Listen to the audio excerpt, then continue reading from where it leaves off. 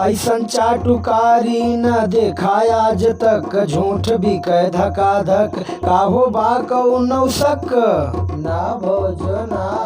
साच बात बोलबे त जेल होई झट, झूठ बिकै धकाधक, काहो बा कौनो शक ना भोजना। ऐसन चाटुकारी न देखाया आज तक, झूठ बिकै धकाधक, काहो बा कौनो शक ना भोजना। चिन्मयानंद सेंगर के यूपी कैसे भूली, हाथरस के बिटिया के जरल जवन डोली। चिन्मयानंद सेंगर के यूपी कैसे भूली, हाथरस के बिटिया के जरल जवन डोली। 700 किसान मरे मांगई में हक, झूठ बिकै धकाधक, काहो बा कौनो शक ना भोजना। ऐसन दो गलपन न देखाया आज तक, झूठ बिकै धकाधक, काहो बा कौनो शक ना भोजना। 2000 दई के रेट खाद के बढ़ौलन, गैस चूल्हा दई के दाम आसमा छुअलन। 2000 दई के रेट खाद के बढ़ौलन, गैस चूल्हा दई के दाम आसमा छुअलन। झुंड झुंड साढ़ खेती करें सफा चट, झूठ बिकै धकाधक, काहो बा कौनो शक ना भोजना।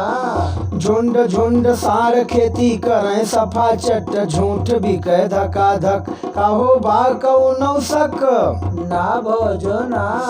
रोजी रोजगार डूबल बंद भई कमाई, जान मारे करुआ तेल दाल के महंगाई। रोजी रोजगार डूबल बंद भई कमाई, जान मारे करुआ तेल दाल के महंगाई। गरीबन के लइकन के शिक्षा भयल ठप, झूठ बिकै धकाधक, काहो बा कौनो शक ना भोजना।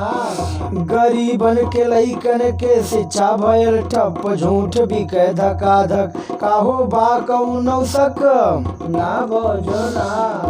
ऐसन दलाली न देखाया आज तक, झूठ बिकै धकाधक, काहो बा कौनो शक ना भोजना।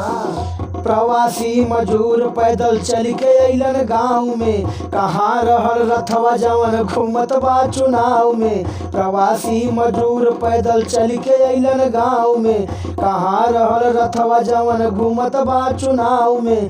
हिंदू मुसलमान कई के लूटें सबके हक, झूठ बिकै धकाधक, काहो बा कौनो शक ना भोजना। ऐसन दो गलपन न देखाया आज तक, झूठ बिकै धकाधक, काहो बा कौनो शक ना भोजना। जलियांवाला बाग प्रयागराज के बनौलन, नौकरी मांगे वालन के पुलिस से पिटौलन। जलियांवाला बाग प्रयागराज के बनौलन, नौकरी मांगे वालन के पुलिस से पिटौलन। ऐसन लाभ राज नहीं चाही देवर बस, झूठ बिकै धकाधक, काहो बा कौनो शक ना भोजना। ऐसन राम राज नहीं चाही देवर बस, झूठ बिकै धकाधक, काहो बा कौनो शक ना भोजना। ऐसन दलाली न देखाया आज तक, झूठ बिकै धकाधक, काहो बा कौनो शक ना भोजना। ऐसन दो गलपन न देखाया आज तक, झूठ बिकै धकाधक, काहो बा कौनो शक ना भोजना। ऐसन चाटुकारी न देखाया आज तक, झूठ बिकै धकाधक, काहो बा कौनो शक ना भोजना।